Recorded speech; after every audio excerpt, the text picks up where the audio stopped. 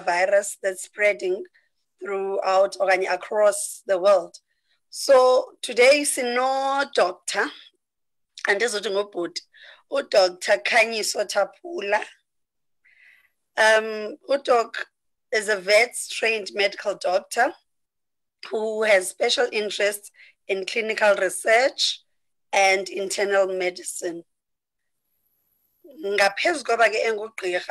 He also studied business management at the Vets Business School. He has a wealth of experience in the pharmaceutical industry with respect to clinical trials, product development, and launches. So,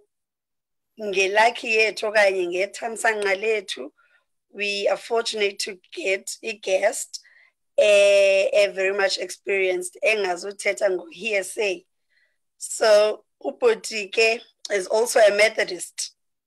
He's currently based at the Central Methodist Mission Circuit, number 901. He is also a Central Synod Wesley Guild secretary. But Khanyiso Taphula, are you there, Doc? Hi, Sister Ngubeko, I'm here. Okay, Tata Siyabulela. Please just greet abazalwane bethu, then ndizocela utata umfundisi uNombo asivulele ngomthandazo. Hello, Gildas. One heart, one way. Come, let us pray.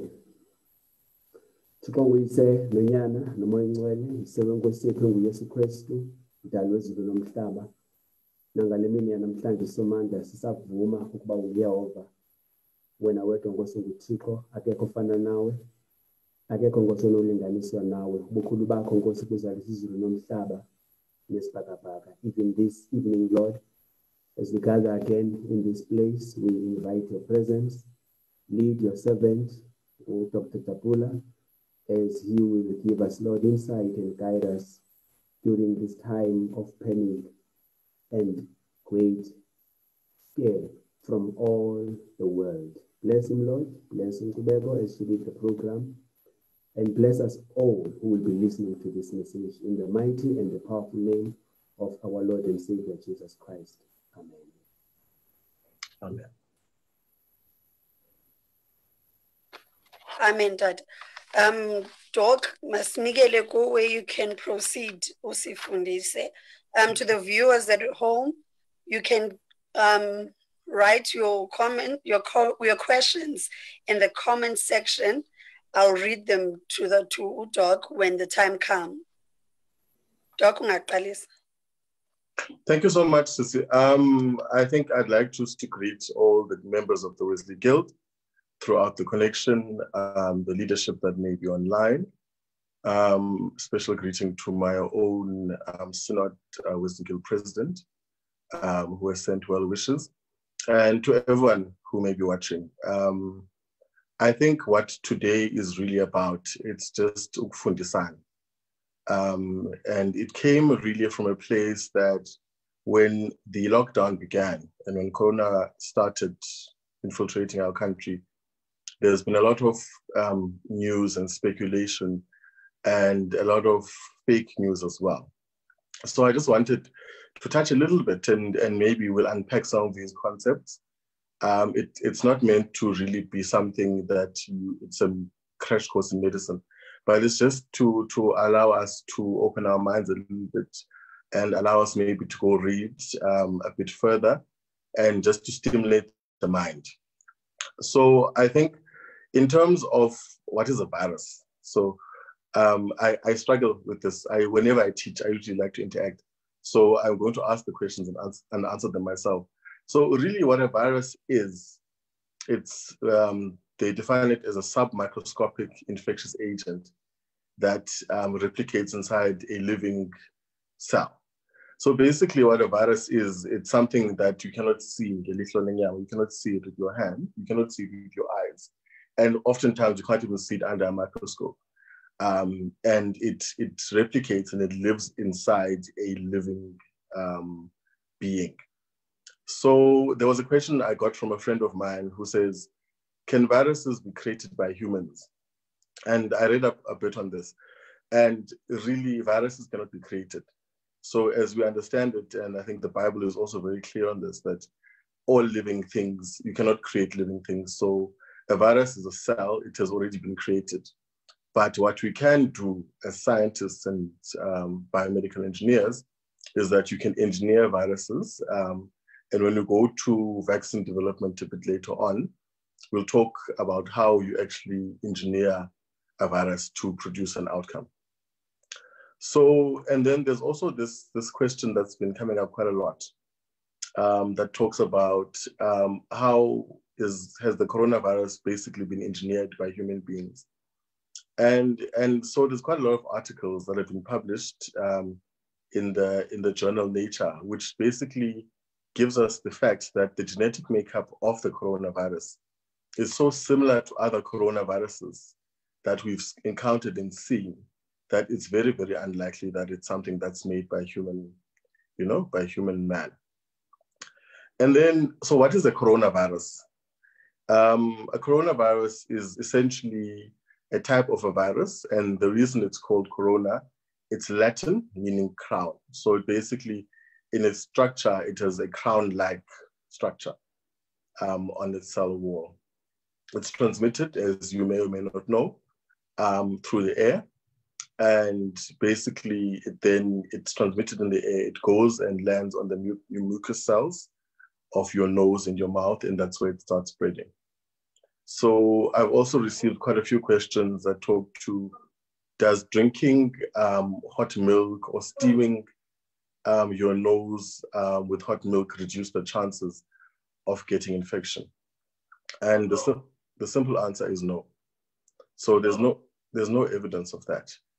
Once the virus has come and binds to the host cells, there is no way that you can actually prevent it by steaming or anything else. And then there was also another thing that talks to, are there any other types of coronaviruses? And there's quite a lot of other coronaviruses that exist. They exist in mammals, so human beings are mammals, and then avian species, which is birds and reptiles. And the way we understand corona is that it was actually discovered in a marketplace in Wuhan in China, in bats. So Ilulwane, that's really where this novel coronavirus was discovered.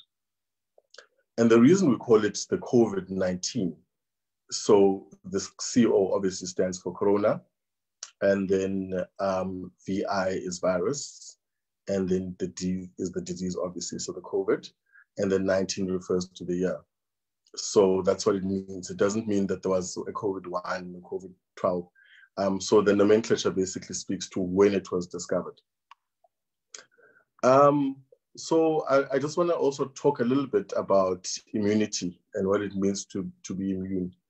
There's been a lot of mention in the news and in social media about herd immunity. You might have heard about it. So immunity basically is the body's ability, the body's natural ability to fight foreign objects. So those objects can be bacteria, it can be virus, it can be fungi, it can be any foreign object. So the main areas of immunity, the first one is the skin, obviously, and the hair and mucus, and even the oil on the skin basically gives you immunity against certain types of foreign objects. And then when we talk about cell immunity, which is what we're interested in today. So cell immunity is where you get vaccines, and cell immunity is where you get the immune system. And when we talk about, for instance, with HIV/AIDS, when we say the soldiers of the body or amajoni omzimba unable to fight, we talk about that is basically what cell immunity is.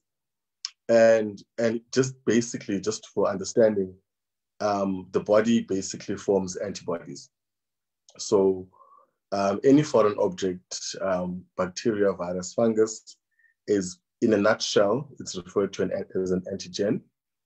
And then what the body produces, it produces antibodies. And so basically the basic concept and the basic understanding is that the body produces antibodies which will fight the foreign body and kill it, and basically prevent any harm from coming to the human being. So now, in terms of viruses, so viruses are very different.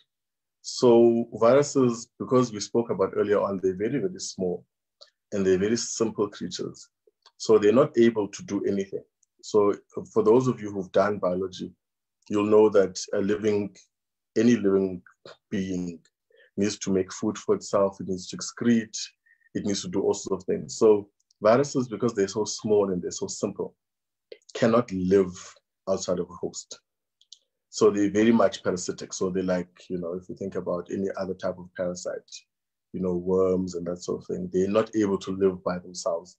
They need to always be invading a host. And so that becomes a very weak point for the coronavirus, in that it cannot live outside the human body. And so this is why when we talk a bit later on, when we talk about some of the actions that we've done in terms of interventions, it's basically looking at killing the virus once it's out of the human body, preventing it from moving to another new host, right?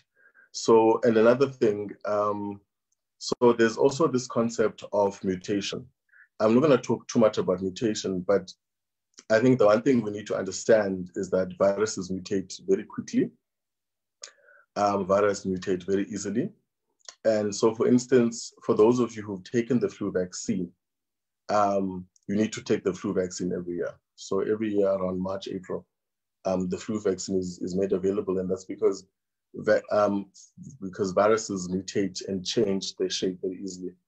So any antibodies that we would have had in 2019 against that strain of flu are no longer able to be effective, because the flu has changed its shape, its size, whatever the case may be. So you're not able, then those antibodies are not able to be effective. And I think when you talk about the coronavirus potential vaccine, we'll touch a little bit on that. So then there was a question that was asked, does the concept of immunity mean lifelong resistance to the virus? So it really depends on the pathogen, or it depends on the bacteria or the virus or the disease involved. So as we're growing up, we knew that you got vaccinated, and there's something that the WHO has instigated about 30 years ago. It's called the Extended Program on Immunization, and you get immunized. So for instance, as a child, if many of you will know that there's a mark that you'll have on your left or right shoulder, and that's the first vaccine you get. So the minute you're born, you get that vaccine. It's called the BCG vaccine, and prevents you from getting TB. So all African children have that. And then you get other sort of vaccinations as you grow up. And so the point is that some bacteria, you're able to be vaccinated against them quite successfully, and you don't need to be vaccinated again. However, for instance, with diseases like polio and measles, you get what you call booster vaccinations or booster shots.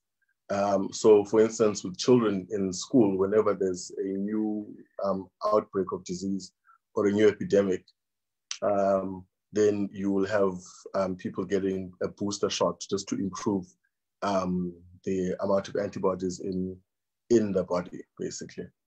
So that's just a little word, just explaining immunity. So what is a vaccine? So basically, according to the WHO, a vaccine is basically an agent that allows the body's immune system to recognize and fight pathogens. I think that's the simplest definition. And you don't make a vaccine, obviously, against everything, but it needs to basically be against the disease that is quite life-threatening, that is quite infectious, that is quite debilitating. So, I mean, something obviously like the coronavirus that is already affected over 7 million people in the world that we have confirmed. So it should be something that's very important.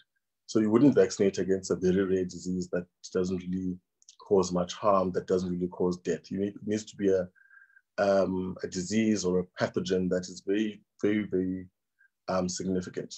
So we mentioned earlier on, you have polio, you have tetanus, you have diphtheria. So all of these diseases, and many of us don't even know these diseases because we got vaccinated against them when we were children.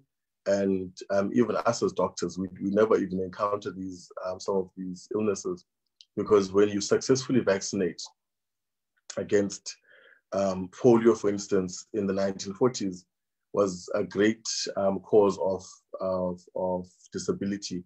And many children growing up were going around in wheelchairs, couldn't breathe properly and died. But in 2020, I've never seen a polio patient because we've vaccinated successfully against it. So vaccines are very important. However, I think what's very important to note about what vaccines are, a vaccine is not a cure. So what a vaccine does, basically, it prevents you from getting the disease or the infection. Or alternatively, when we talk about the flu vaccine prevents you from getting a very, very severe form of flu that can land you up in ICU or dying. So for instance, if you talk about the flu vaccine, you give it mostly to elderly patients, you give it to patients with heart failure and kidney failure and all these immune compromised patients, because they don't have the ability to fight very well and they can easily contract flu, and flu can actually kill them. So generally with the general population, we don't really give flu vaccine, even though, I mean, there's quite a big drive to give it now to more and more people. But it generally is to prevent from getting the disease, or even if you get the disease, it's to prevent you from getting a very severe form of the disease that can cause severe illness or death. So now, I spoke a bit earlier on about the BCG vaccine, which we all know about, that gives you the scar on your left shoulder. And again, I think just to reiterate, having a vaccine or being given a vaccine isn't lifelong. It depends on the type of disease. And oftentimes there's catch-up programs, and oftentimes if an epidemic breaks out, i.e., polio, measles, or whatever the case may be, there may be periods of outbreaks. There's also another vaccine which has been very sort of in the news recently, and that's the HPV vaccine. And that's generally given to young ladies who've not had sexual intercourse yet. And that prevents you from getting the human papillomavirus, which predisposes to women getting cervical cancer. So again, it's a vaccination is not, it's much more complicated, and the outcomes can actually be much more far-reaching. So for instance, with the HPV vaccine, you get injected when you're at the age of 12, but it prevents you from getting a cancer when you're in your 40s and 50s. So vaccines are very important and they're very useful. And I think we need to understand them in that sense. So another benefit, and I think you really want to touch on this quite strongly. The nice thing about a vaccine is that you get the same protection you could have gotten post-exposure to an antigen without the disease risks. So, I mean, for instance, if you talk about something like chickenpox, if you get chickenpox, I got it when I was 12. You get chickenpox, you get the blisters, it's hot, it's painful, and all the rest of it. But once you've recovered from chickenpox, you can never get chickenpox again. And because your body has basically developed antibodies to the pox virus. So a vaccine works pretty much the same way, except you get exposed to basically some part of the virus, but you don't actually develop the full-blown infection, and you develop the antibodies which prevent you from basically getting a subsequent infection. So I think for me, the most important part is that vaccines prevent diseases, they don't cure them. And I think that's one thing we need to reiterate quite strongly. Vaccines are not a cure. Vaccines are preventative. And when we speak specifically to the COVID vaccine, it really is not going to cure the people that are currently sick. But what it will do is that it will prevent more people from getting sick, and it will allow us to basically go back to a somewhat normal life. So, and again, just to reiterate that vaccines are made either from a live virus that's either been modified or a protein from the virus. I won't go into too much detail about the nitty-gritties of how a vaccine is made, but I think it's just to understand that you basically use parts of the virus to basically create a similar immune response. All right. And I want to touch on this concept of herd immunity. So I think you've heard there's been a lot about it in the news, specifically in the Western Cape, but I think also in countries like Sweden that have not had lots of social distancing. So what herd immunity is basically a concept that says when you vaccinate or when a large proportion of the population is immunized, the spread of the virus is limited. So this indirectly protects the non-immunized members of the population, meaning that the more people that are vaccinated, the less likely that there'll be a spread of infection from person to person. So what this simply means is if you've got 100 people and you're able to vaccinate 90%, 90 of them, the other 10 have a very, very small chance of getting the disease because of the other 90, it basically protects them. So it's just a matter of statistics, basically. Your chances of getting a virus from the 90% is much less. So it allows sort of protection to the rest of the population. So the amount of the population that needs to be immunized is called a herd immunity threshold. So I mean, this is very technical, but I think it's just so that we understand when these things do come up in the news. So it's called a herd immunity threshold, and it can vary from about 40% to 95%, again, depending on the disease. And unsuccessful herd immunity basically means there's no protection. So if you're not able to, let's say, immunize your 90% to 95%, then everyone is at risk, and everyone can get sick. So I think I'll probably get a few questions on this. So just maybe make a note on that whole concept of herd immunity. And then now we're moving a bit closer, I think, to what we really want to focus on today. And I just wanted to explain something briefly before we get into the COVID vaccines that are currently being developed and the testing that's been happening. So in terms of the drug development process, there's 5 phases, and there's a couple of sub-phases as well. So when you discover a drug, when you think something could have an effect on something, to discover whether it's a herb, whether it's any product, it needs to go through all of these phases to sort of make sure that it's safe for human consumption, to make sure that it actually works, and also understand what sort of side effects it may have. So there's basically 5 phases. So phase 1 is discovery and development. So basically it refers to the point where you've discovered something, you've seen some effect somewhere, and you need to check. So that's basically in the lab. So, excuse me. So I mean, if for instance you discover that a certain plant has a certain effect on something, you go to the lab, you test it, you see what's in the plant, all of those things. You check all of those things. Then the second phase, which is called phase 2, is called preclinical research. Again, this happens in the lab. Basically, you now have your product, your drug, and you have it in the lab, and you're testing it basically on animals. You can start it depending if on rats, you can test it on all sorts of animals, and up to dogs and also pigs, and depending on what the drug is and what it does. So phase 2, again, it's preclinical. Preclinical basically means it's not in human beings, it's not in patients. So it's in the lab, it's in animals. And then stage 2B is in small patients, so maybe in 50 patients, in healthy patients. So basically what stage 2 basically means is that you've got the drug, you know how it works, you know what it does, and then you basically try it out on healthy individuals to see the effects that it's got on healthy individuals.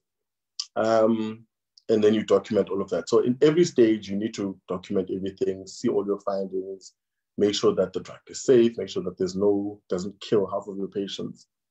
And then stage 3, which is clinical research, which is what we're very interested in, is when it's a large study. It's in many patients who have a disease in many countries. And so depending on the condition, you can have studies that have up to 10,000, 20,000 participants in many, many countries. Again, it depends on the condition that you're testing and how common it is and how many patients you've got in the pool. And then stage 4, basically, so just to move a step back. So stage 3, once you've got your study, you publish your results and let's say it works. You assume your assumptions are proved correct, the drug works, whatever the case may be, then you're able to register the drug. And once the drug is registered, then you obviously you launch the drug, you sell it. But once you're done selling, it's not that simple. Once you've started selling, then you move on to stage 4, which basically is to look at the drug while it's being taken by patients and to look for any side effects that you didn't pick up, if it's causing any death and that sort of thing. So those are the 4 stages of the drug development process, for the 5 stages. And I really want to comment on this. So I mean that there was a very big hoo-ha in the media and in social media specifically, that drugs are being tested on Africans and that Africans are being used as guinea pigs. So the truth of the matter is, in the drug development process, you want drugs to be tested on Africans. Because you want to check if there's not a difference, is there no effect that is different in African people.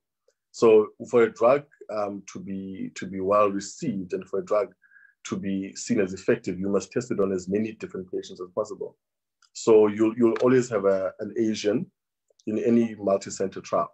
You'll have an Asian patient, you'll have an American patient, you'll have an African patient.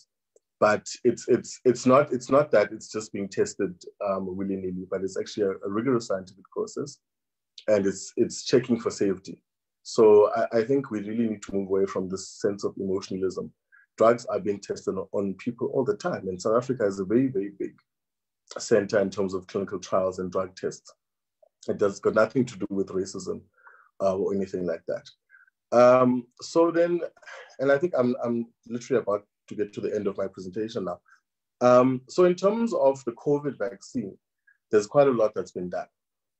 And so there's a vaccine that's being developed in the UK by Oxford University. And they're seeing some very good results. So, and they've actually come out and said that they're expecting to get it hopefully by the end of the year in England or by January next year. There's a vaccine that President Trump has been supporting very strongly in America, called the Moderna vaccine, and that's also shown some promise. And I think there's another 2 or 3 other vaccines. So these vaccines basically now are, as we spoke earlier on, they're on stage 3. So they're being tested on patients, and we are basically waiting to see the results. So unfortunately with the vaccine, we give the vaccine, we then follow up the patient, and if the patient doesn't get the disease, then you say it's working. So I think we're waiting for that information. At this point, we really are not sure which one works. And I think, I mean, generally, if you look at other vaccines, it takes years to get a vaccine. So we only discovered COVID in December 2019. So it'll be very difficult for us to really know when the vaccine will be there. The Oxford researchers have said end of 2020. I think the American guys have said realistically they're thinking Q1 of 2021.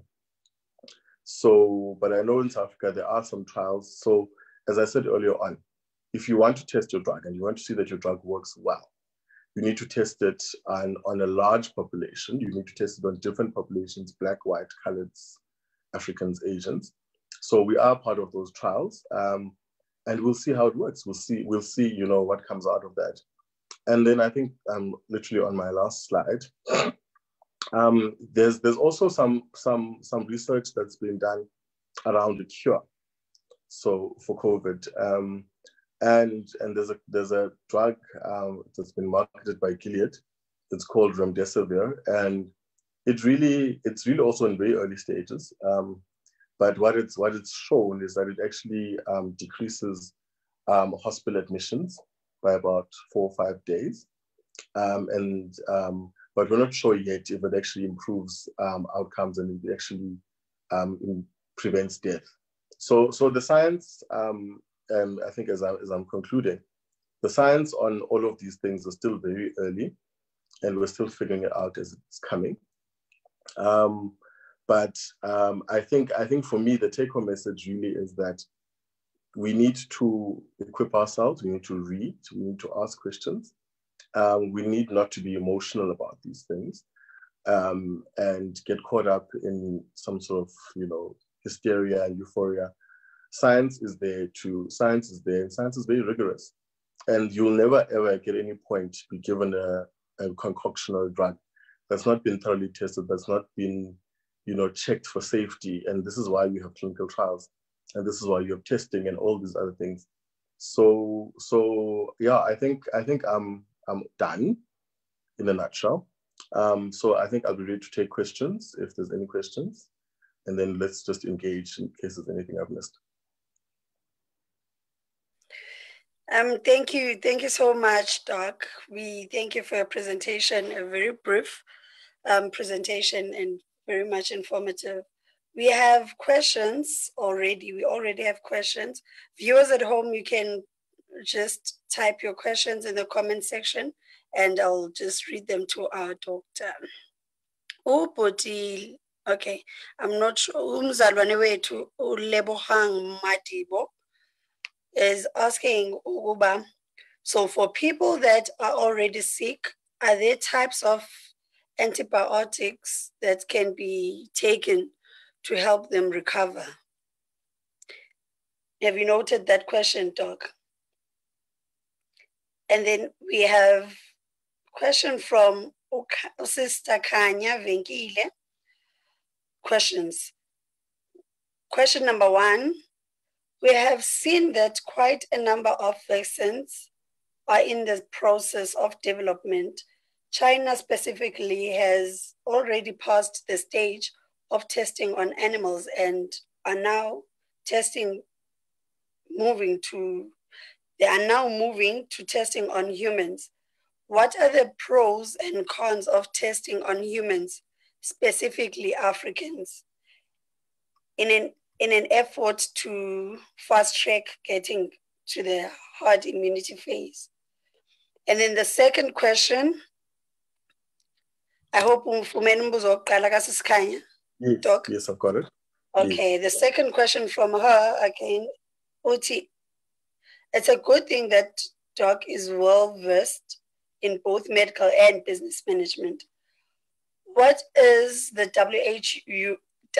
WHO's stand or strategy on access to the poorer countries once the vaccine has been developed and tested? Have we even reached the stage of engaging in such conversations? Please engage those 3 questions, Kala, Doc, then I'll note as new questions and read them to you. All right, thank you so much. Brother Lebu, so currently the treatment protocols are changing literally every week. So in terms of what we're doing now, so there's no specific, because corona is a virus. So antibiotics don't really work that well. But we do give them to very sick patients if they've developed a secondary bacterial infection. What we would do give antibiotics sort of in the drip and that sort of thing. But there's nothing specific. So it changes depending on what the patient has. So in terms of the testing, so I think, as I said earlier on, if you test a drug widely, it makes the research and the data that you find much more robust. So I think the pro is that if you are testing in Africa and South Africa and wherever the case may be, it makes your data much more robust. It makes your data much more stronger, and it makes it easier for our clinicians to accept the drug because they've worked with the scientists, they've got experience with it, and they can influence one another. So I think that's the pros.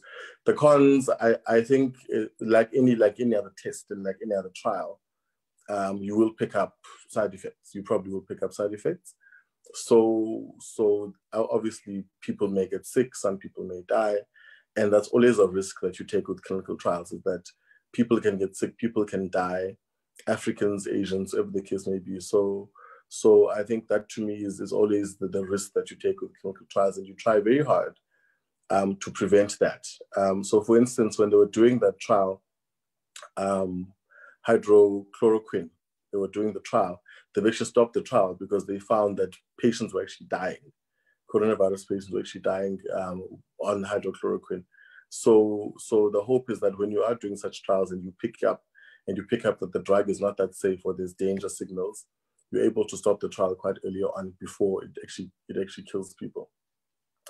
And then in terms of the WHO stance, so the WHO really, it's like an NGO. It really doesn't have much of a say in this.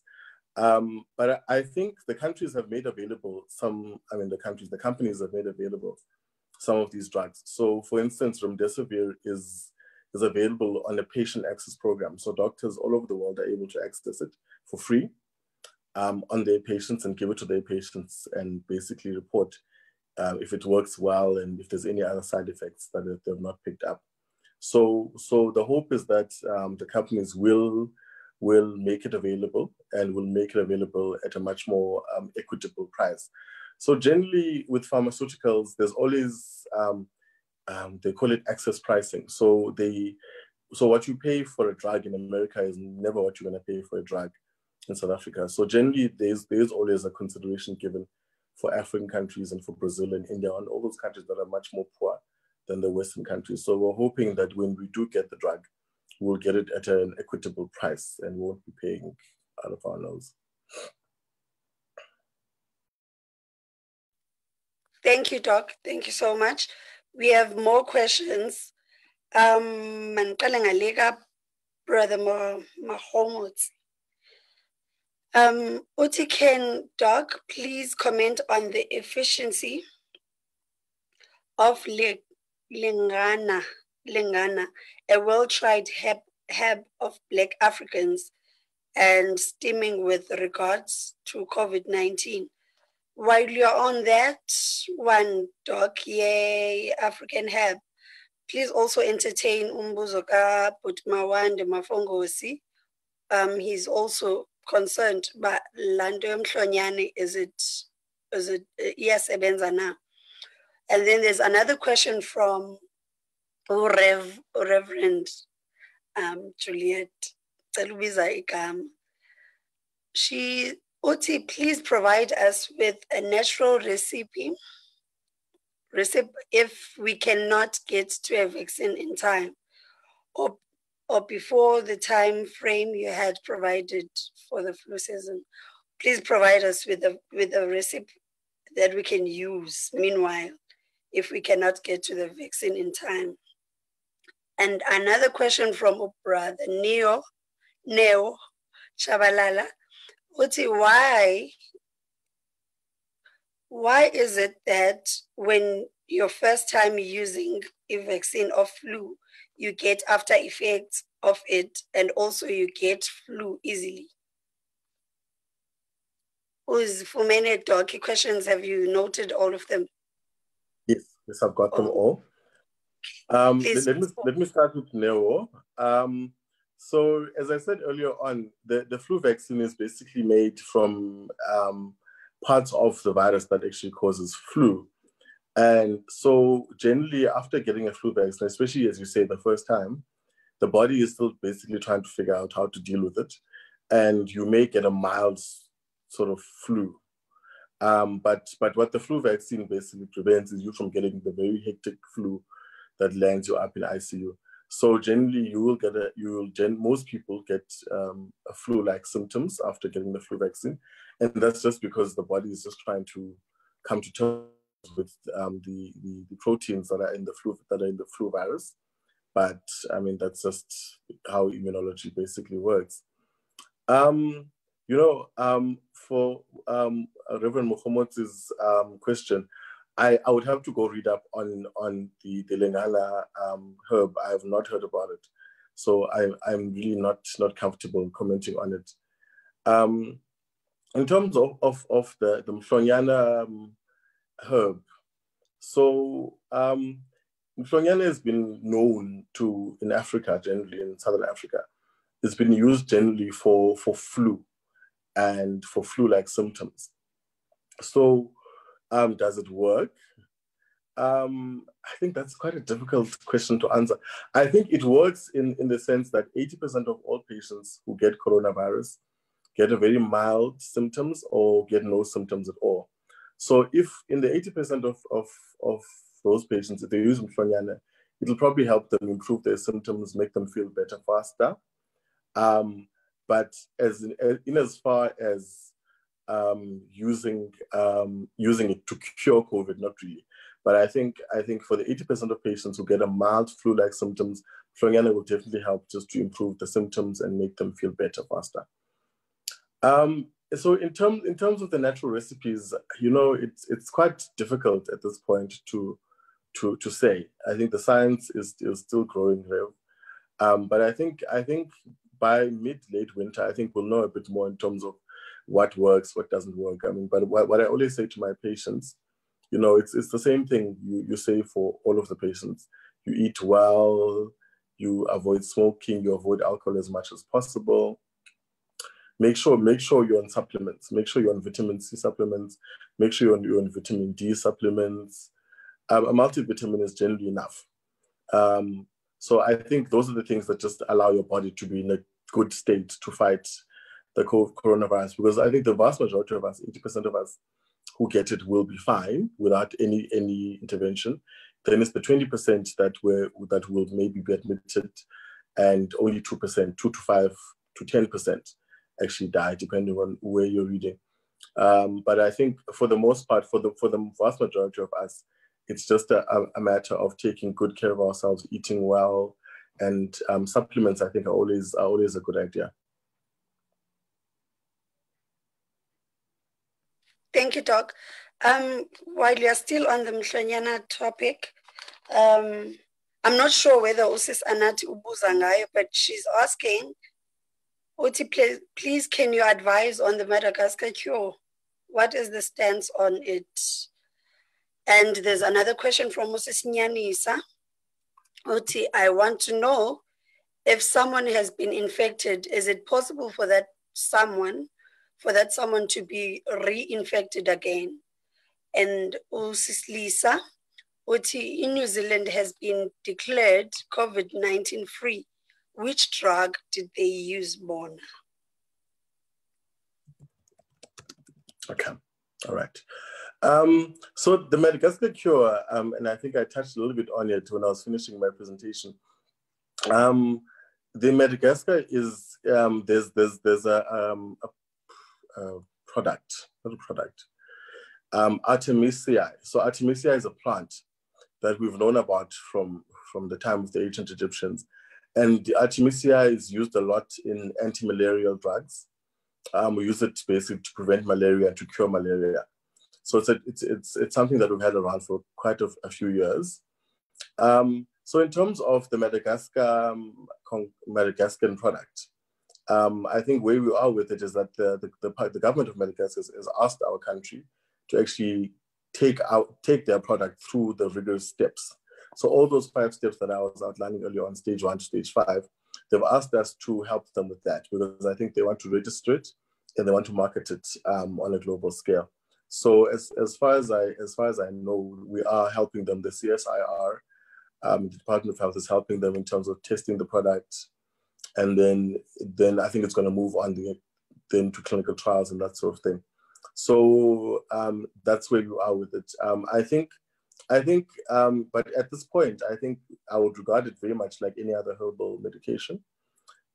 In those patients that are going to get mild to moderate symptoms, flu-like symptoms, I would say you can go for it. I don't think it would really cause any issues. But in those patients that are going to be very sick and that are going to need hospitalization, ICU, the Madagascan product really won't help. And then on the New Zealand and COVID-free, New Zealand didn't really use any drug as far as I know. I think New Zealand was very fortunate in that they did lockdown quite early on, and they were able to test and quarantine their patients quite well. And now they've just reopened the economy. So they didn't really use any drug. I mean, I know that some of the drugs have been available, but New Zealand has just been fortunate enough that they've just been able to test and quarantine all of their sick patients, and they don't have any new infections, I think, over the last 18 or 19 days now. So they've done very, very well as a country. I think South Africa, we're quite a way away from that. I mean, our curve is still going up quite exponentially. So I think, yeah, we're not going to be there for quite a while. And then in terms of Nyanisa, this whole concept of reinfection. So I think in Hong Kong that they found that patients who were tested negative then tested positive again. The science, we're still not sure about that. So I think the scientists are still arguing about it. There was a lot of dispute around that because the testing was still very new, and people were saying that the tests were really not great tests. So yeah, I'm not sure. The science is still very new, but I think that the general principle is that even if one were to get reinfected with COVID, the hope is that the antibodies that one would have developed in the first infection will prevent them from getting a very severe infection. But again, at this point, we're still not sure because it's just one trial that was talking about this reinfection.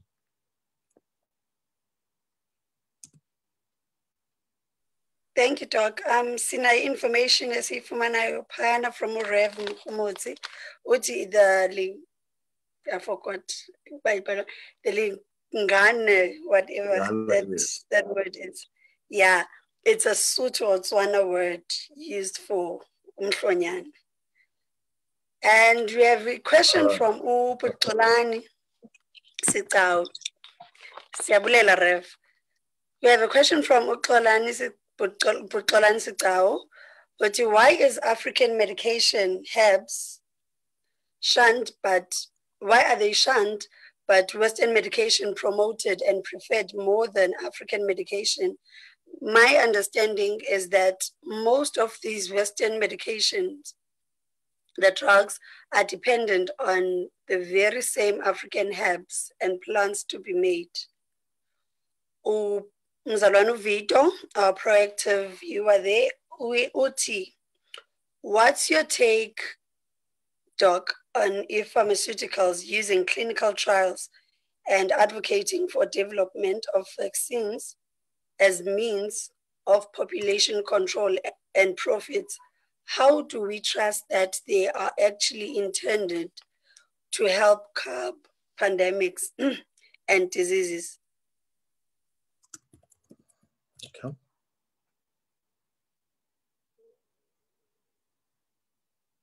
All right, thank you. Thank you, Rev. Thank you, Rev, for the clarity for that, Lingana. So in terms of Western medication, I think that one is actually our fault. I agree with you that lots of the herbs that are used in so-called Western medications are taken from Africa. And it really is up to us as Black academics and researchers to actually isolate and discover these products and actually test them in a lab. Because I think what's important is it's not that we don't understand that African medication works, but if you're going to have anything that you're going to sell to large numbers of people, there's a certain safety standard and there's a certain amount of research that has to go into it. So as I was saying earlier on, if you discover that a certain plant really has any effect on something, you need to test that in the lab. You need to check that it's safe, whatever the case may be. You test it on animals, you test it on humans. Then when you've gone through all those different tests, then you can register it in whichever way. So until you get to that point where we take our own gifts and our own plants that we know work for whatever the case may be, and take them to the same rigorous process so that we can then have our own medications being used and being competing against the Western medications, we're always going to complain, about that. So in terms of pharmaceuticals using clinical trials as population control, You know, I really can't comment on this. I think though, as someone who's worked in pharmaceuticals for quite a long time, you know, as pharmaceutical companies, we really do try and do what's best for the patient. There's no way that any business would want to kill its potential customers. So this whole notion that pharmaceutical companies are trying to have population control and all those things, I mean, it doesn't make sense. It's like saying, why would KFC want to cull its customers? The pharmaceutical companies, yes, they are there to make a profit. But on the whole, because pharmaceuticals are so well regulated, everything that they do, everything that they say, any material that you take out is checked and rechecked, and there's competition commissions and tribunals and marketing associations that check everything that's done by pharmaceuticals. I really think it's really a very long stretch to say that pharmaceuticals are using these things as a means of population control. I really think it's a very far stretch. Thank you. Thank you, Doc. We have more questions. Disanote here about 2 now. A question from Muputkara Patrick Kala. It's how possible is it that the government can make the vaccine be available for free as we're facing economic issue dropping daily? And another one from Muputkarabo. Would we as a country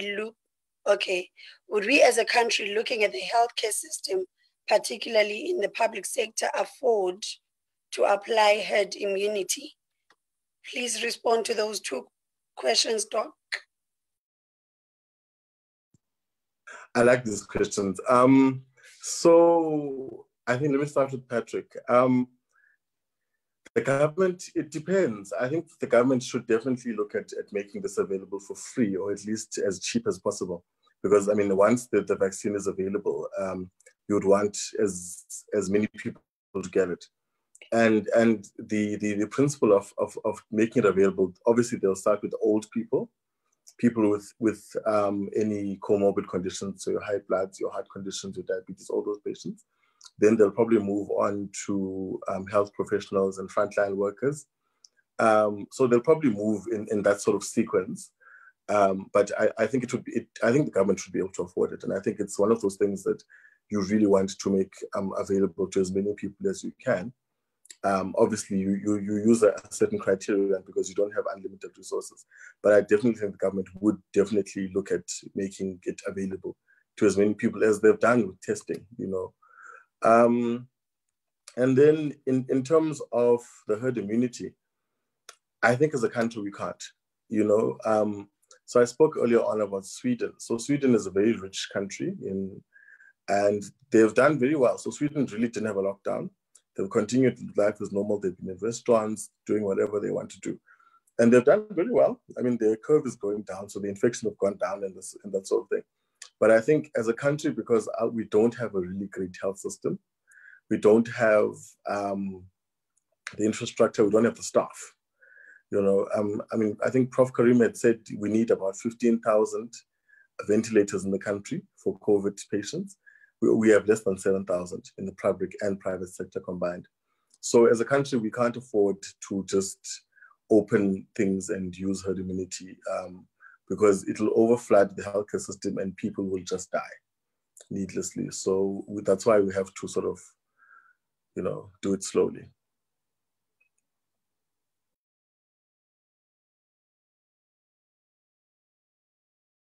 Okay, thank you again, Doc. We have 2 more questions. Enyeka Butulani Shabalala. Good evening, Doctor.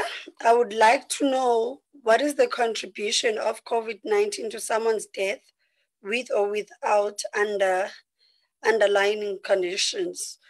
Mrs. Anati is concerned about does being asthmatic or suffering from underlying respiratory diseases make you more prone to the virus, particularly asthma? Please respond, Doc. All right. Let me start maybe with the asthma. These questions are very similar. But so being asthmatic doesn't make you more prone to the corona per se. But I think the concern with asthmatic patients is that they've already got a weakened respiratory system, so their lungs aren't as strong. And so generally what kills patients with coronavirus is that the virus comes in and basically attacks the lungs and the breathing airways, and you are unable to breathe. So that's why if you were watching the news a few months ago when they were showing Italian patients and machines, breathing for them. So you need ventilators for those patients who, because of corona, are unable to breathe for themselves. So being asthmatic so it becomes very risky and it's much more dangerous to get coronavirus when you've got already weakened lungs from asthma. So the corona contribution to death from Utulani, I think it's a very similar question. So if you contract corona, like the 80% of people, you get a bit of a flu and life goes on. But when you've got, diabetes, high blood pressure, heart disease, and all those things, your body's immune system is already weak. And so your body's ability to fight any sort of infection or virus or pathogen is much more diminished. And so the contribution of corona to death then becomes quite significant, because it basically becomes cumulative. So if you just had the high blood by itself, it's fine. And if you had the corona by itself, it's sort of fine. But the minute you combine these diseases, then it multiplies and adds up. And then that's how the contribution to the death basically happens. Oh, all right, Doc. Thank you. Now I have a question. Questions, Payana. I have a question, Doc, on the announcement that you touched on, President Donald Trump. I was watching an interview on YouTube, and those people were saying that announcement, President, that's false news or fake news. It is impossible for us to get, or for anyone to get, a vaccine in this short space of time or period of time. How long, approximately, like, how long does it take for a vaccine by developeka and idlule kuzo zonke ezi stages that you taught us about? And there's another quick follow-up question evelayo from Butkarabo. Just a quick follow-up. From a moral and medical perspective, is it advisable to continue the easing of lockdown since we are now seeing a rapid increase in confirmed cases? Is that now not overloading the healthcare system? You say Doc.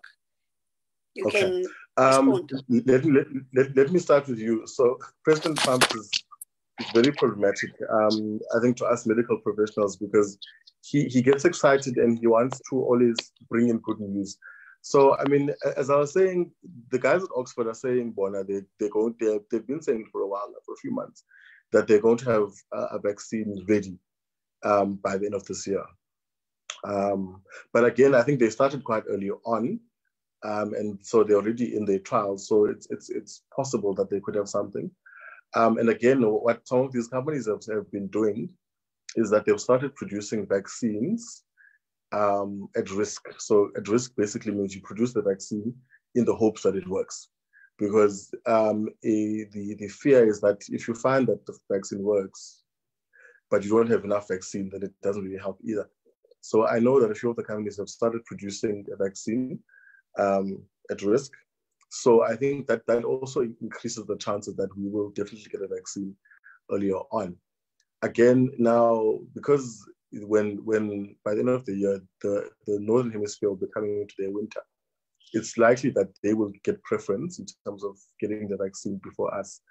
But so in South Africa, there's always generally a lag in any event with all drugs. We always get things a couple of months after other countries.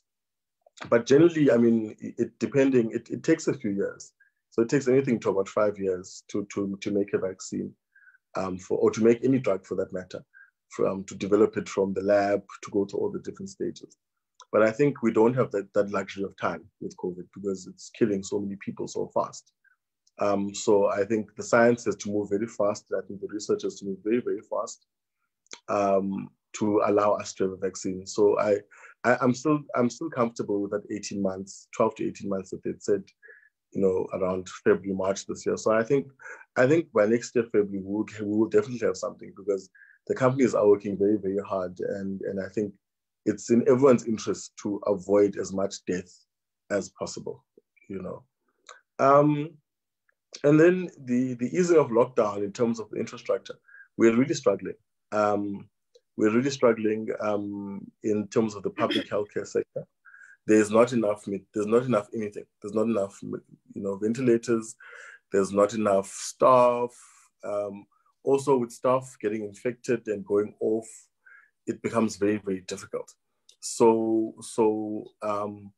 to ease lockdown, of course, economically, you want to let people go back to work and that sort of thing.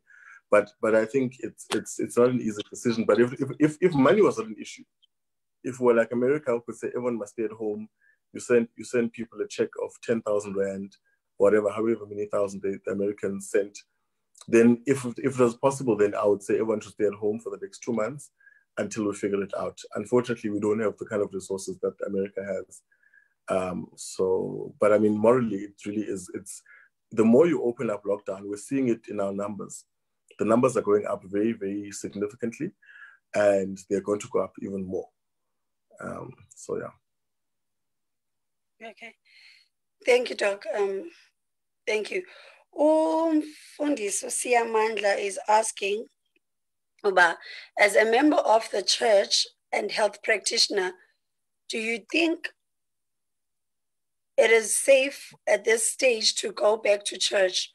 Will you go if we open next week? Since you're saying we might get the vaccine end of the year or early next year. And there was another question from Uput Ayanda. Uput Ayanda, how do you heal from the virus when you are told to self-quarantine? He feels like being told to look after yourself is up to be left to die. All right. So I think let me start with Ayanda's question. So with as we've been saying, majority of people who are infected with coronavirus are fine. They heal really without much being done.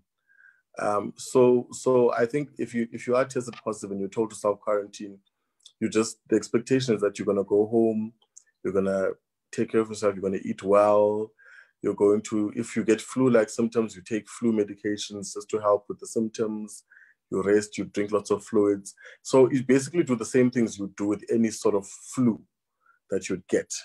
And the expectation is then that if it gets worse, or if you start getting out of breath, or you start having other hectic symptoms, then you come back to the hospital and then we admit you. We don't have the ability to admit everyone who's tested positive because that would collapse the entire system. So the expectation is that you're gonna go home, you take care of yourself, or whoever takes care of you takes care of you. And then if you get worse, then you come back to hospital and then we'll take care of you.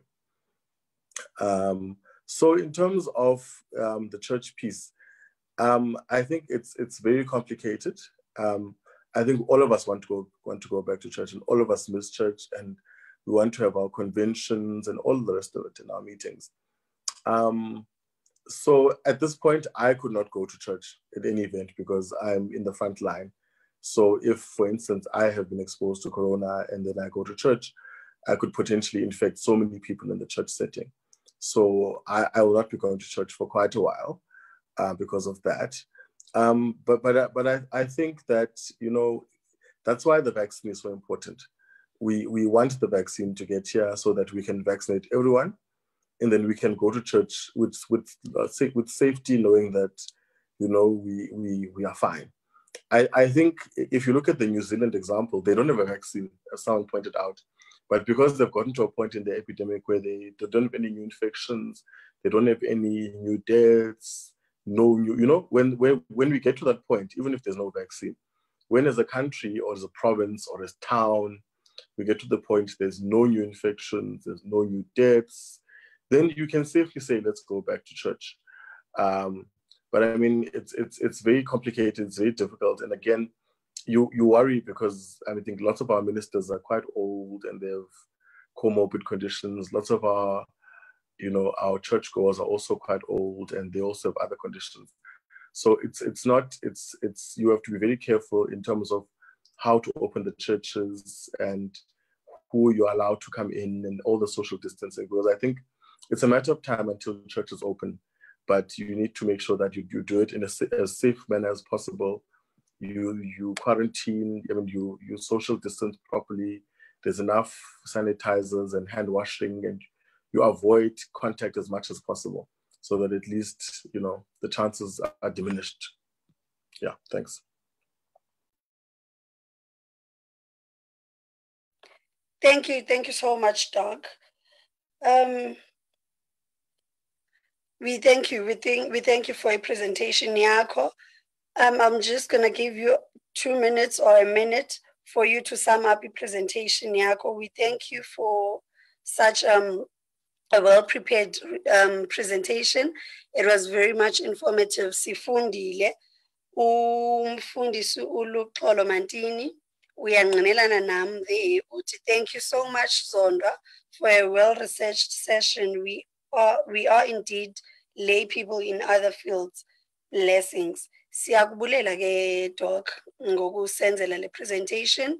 Most of us really did not have a clue or besisazi nje kancinci, but now we are enlightened. We thank you so much. And naphayana kulameko yoba emotional, at least ngoku sizokuhlisa umoya. We understand it's a matter of variety, as you've taught us. Ndicela ke Doc uthathe nje a few minutes and wrap up or sum up, then sizocela umfundisi uNcombo asivalele ngomthandazo. I'm sorry to the rest of the viewers ezisanda kungena nezisafuna ukubuza imibuzo. Unfortunately, we are conscious of time and sishiywe lixesha. Over to you, Doc. Thank you so much, Ntubeko. I think just to sum up, I think there's been lots of concepts that we've touched on today, but I think we need to understand Corona is a virus, like many other viruses. It's going to be with us for some time, and we need to learn to live with it. We just have to find a way to live with it. And I think for me, I'm always saying hand washing, make sure you're washing your hands enough, make sure you're sterilizing, practice social distancing, have a mask. And I think because we're living in such an era where there's so much information and there's so many things that we read, and you get sent voice notes and you get sent all sorts of links, just test what you're being seen, because you're going to read things and they're going to make you panic and you're going to get emotional and upset. So just make sure it's from a proper source. If you're not sure the kind of source, then reach out to someone that knows better and that can guide you in terms of, is this article real? Is this article something that is just there to make me panic and scared? And I think just read more and find out and ask. And yeah, all the best, guys. I think we'll get through this. Thank you so much. Thank you, Doc. All the best to you. Siyabulela kakhulu nge-presentation yakho. I've been saying this. May the good Lord bless you in your field of work, and ebomini bakho uhlale umsebenzele uThixo, and ya uhlale uvuma ukusetyenziswa ukuze uzofundisa nathi thina bangenalo ulwazi. Mfundisi uNcombo, Tata, are you there? Thank you very much. Please pray, Tata. Thank you for the show. Thank you very much, Doc, for the information. Let us pray. And now, Lord, we want to thank you for this information. For, Lord, we are mindful that without knowledge, your people will perish.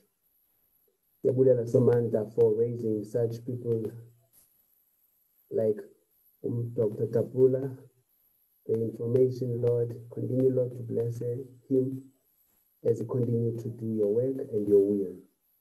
Thandazela ke Nkosi bonke abantu bethu basinde Nkosi baphephe kwesi sifo esibulalayo.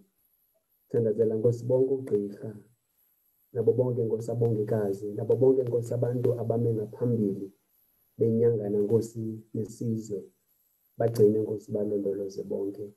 Ekugqibeleni ke lona likhululekile Nkosi yethu uYesu Kristu, uthando lukaThixo nguyise, ubudlelwane bukaMoya Oyingcwele mabuhlale kuthi sonke nasemakhayeni ethu sonke ukusukela ngobude benaphakade.